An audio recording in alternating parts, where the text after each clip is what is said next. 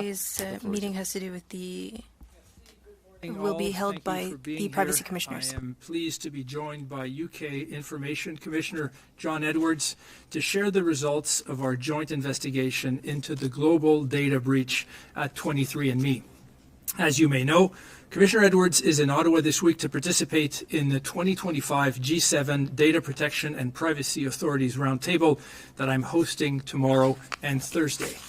The Roundtable provides an opportunity to exchange and discuss matters of mutual interest with international counterparts, with a focus on collaborative efforts to advance privacy and data protection in a digital age.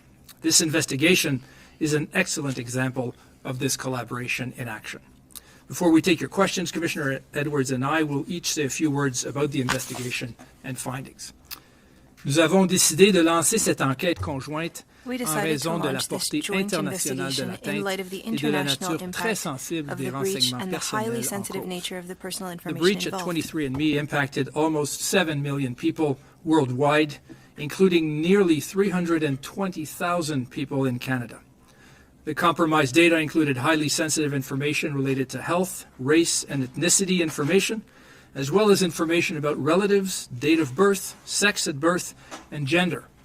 Much of this information was derived from individuals' DNA. The breach serves as a cautionary tale for all organizations about the importance of data protection in an era of growing cyber threats.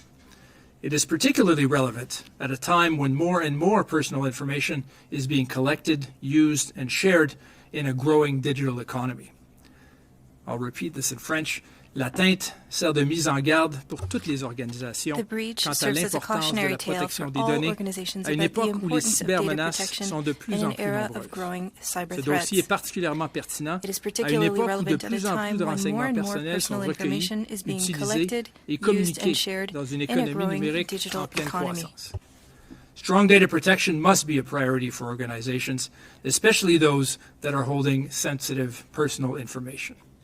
Organizations must also take proactive steps to protect against cyber attacks. This includes using multi-factor authentication, strong minimum password requirements, compromised password checks, and adequate monitoring to detect abnormal activity. With data breaches growing in severity and complexity, and ransomware and malware attacks rising sharply, any organization that is not taking steps to prioritize data protection and address these threats is increasingly vulnerable. Étant donné que les atteintes à la sécurité des données sont de plus en plus graves et complexes, et que les attaques par rançongiciel et logiciels malveillants sont en forte augmentation, toute organisation qui ne prend pas de mesures pour prioriser la protection des données et faire face à ces menaces est de plus en plus vulnérable. Our investigation found that these types of security measures were not in place at 23andMe, which enabled a hacker to carry out a credential stuffing attack. We were also concerned to find that the stolen data was later offered for sale online, putting the personal information of affected individuals at further risk.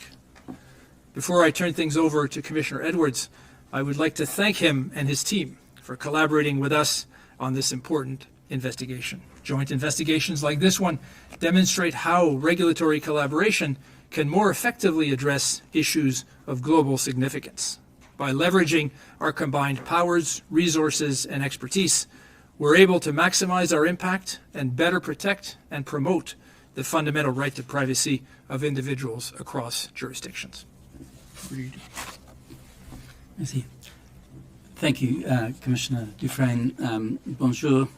Je ne parle pas français. Good morning. I don't speak French. So, I apologize. I will speak in English only.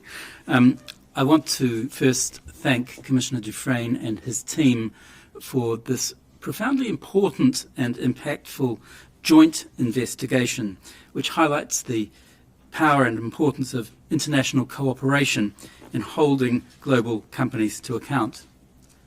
Data protection does not stop at borders, and neither do we when it comes to protecting the rights of UK citizens.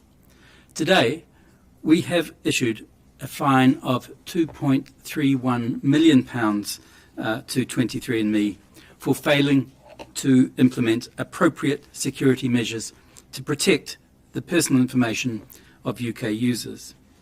as Commissioner Dufresne said, this was a profoundly damaging breach that exposed sensitive personal information, family histories, and even health conditions of more than 150,000 people in the United Kingdom. 23andMe failed to take basic steps to protect people's information.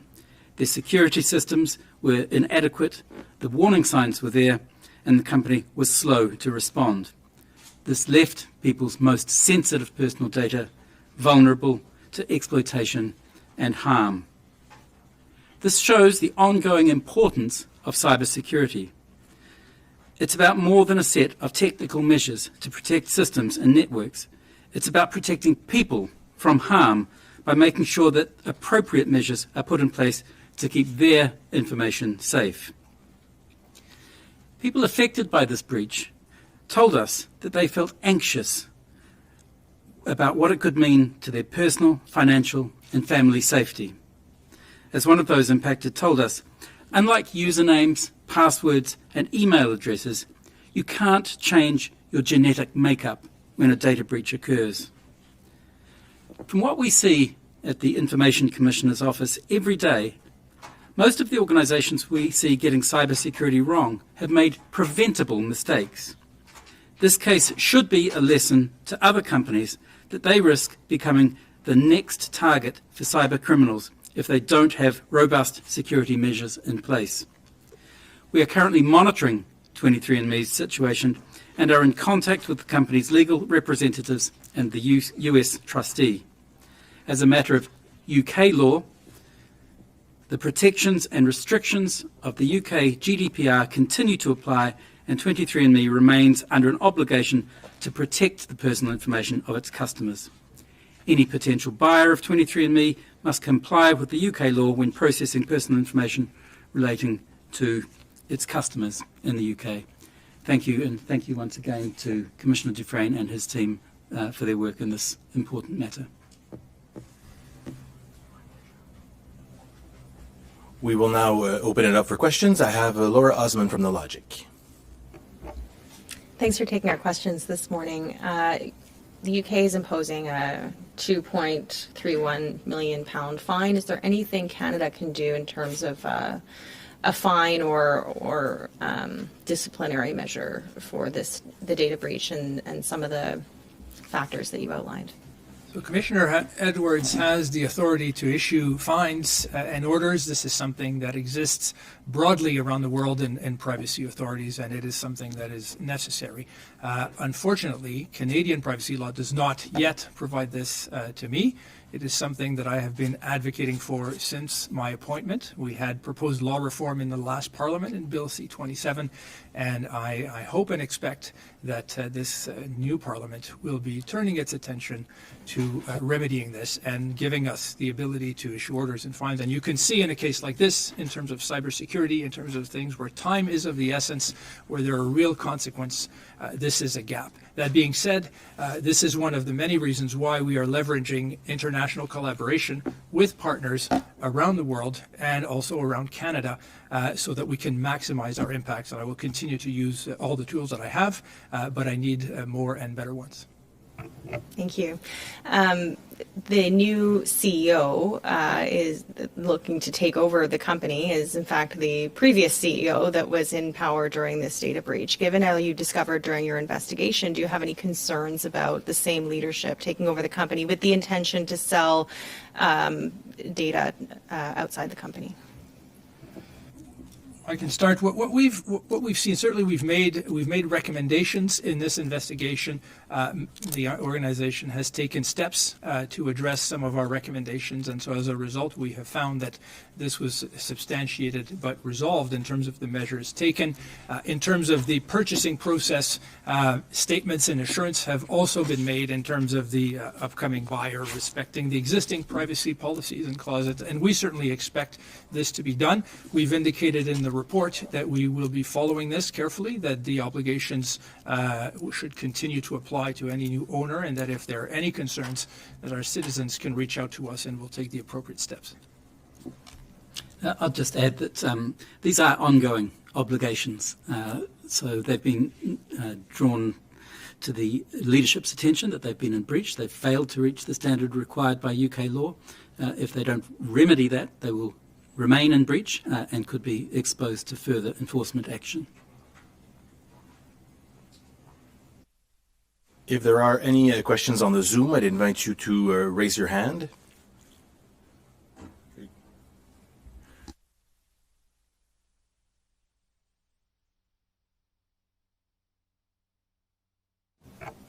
I guess I'm just wondering if Canada doesn't have sort of the teeth to enforce these new privacy measures that have been put in place, what action will your office be taking in collaboration with the Canadian government to ensure that Canadians' most personal information is protected? Right. Thank you for the question. So we're using all the tools at our disposal. That includes making recommendations to Parliament, appearing before committee and calling for law reform, reaching out to industry, using proactive statements, working towards compliance agreements, working with the international community. In appropriate cases, I can and will apply to the federal court to seek an order to make binding obligation on organization. We're currently doing that with respect to the company ALO, the owner of Pornhub, that has so far refused to implement my investigation, finding that the sharing on of intimate images was done without sufficient consent under Canadian law. So where appropriate, we will take those further steps, but this takes time, this takes resources. Having order-making power would make it immediate and would bring timely remedies to Canadians. While we have you here, Pendant que vous êtes encore avec nous, while we have you here, the government is le gouvernement putting forward new border measures présente in de part nouvelles of a mesures bill à la that has raised frontière serious dans le privacy cadre d'un concerns. projet de loi It qui a allows the soulevé des government to ask préoccupations quant companies to à la divulge protection personal des données information. et Where qui do you demande stand aux on this bill? What kind of entreprises de advice are you divulguer offering des to the données government and to personnelles. Parliament on Quels this? sont vos conseils au Thank you. gouvernement et au So, Parlement à in cet terms of national égard? security measures and En ce privacy, qui concerne this les is mesures de something that has sécurité come up, nationale, many occasions in the last Parliament, and this is an c'est example of un one which enjeu comes up qui a in été this soulevé one. à So I look plusieurs forward to reprises dans appearing l'ancienne before committee and législature. giving my Et dans views cette on the législature specifics of aussi, this je bill. suis We are impatient reviewing de it, témoigner and the things that we devant are un looking for in comité issues like this à when we're cet giving more égard. powers to law enforcement authorities or national Il security s'agirait is peut-être reaching de that balance. Is it donner necessary and suffisamment de proportionate? Is pouvoir there aux sufficient autorités transparency? d'application Is there de la loi sufficient, en are the respectant safeguards l'équilibre entre la appropriate? protection. Are the requirements Donc, est-ce que les appropriate in terms protections of sont when can you appropriées get qu'on veut this donner? Est-ce que les information? In what exigences circumstances? sont As I've appropriées? said many times before, Comme je l'ai privacy souvent is not an dit, obstacle to the public interest, la vie privée including n'est pas un public safety. obstacle It's not à an l'intérêt du obstacle to a public strong et economy, à but la it's also not a sécurité zero-sum publique. game. Canadians shouldn't Mais have to choose between les having Canadiens ne safe and devraient pas secure avoir à borders and choisir having their entre fundamental des right to frontières privacy. They sûres don't have et la to. protection de We leurs can achieve données. both. Nous pouvons faire les deux. There are no questions on Il n'y a Zoom, so pas this d'autres concludes the press questions dans conference. Zoom, Ceci donc conclut la cela conférence de conclut la presse. Merci. conférence de presse. Thank you. This concludes today's press conference. Thank you.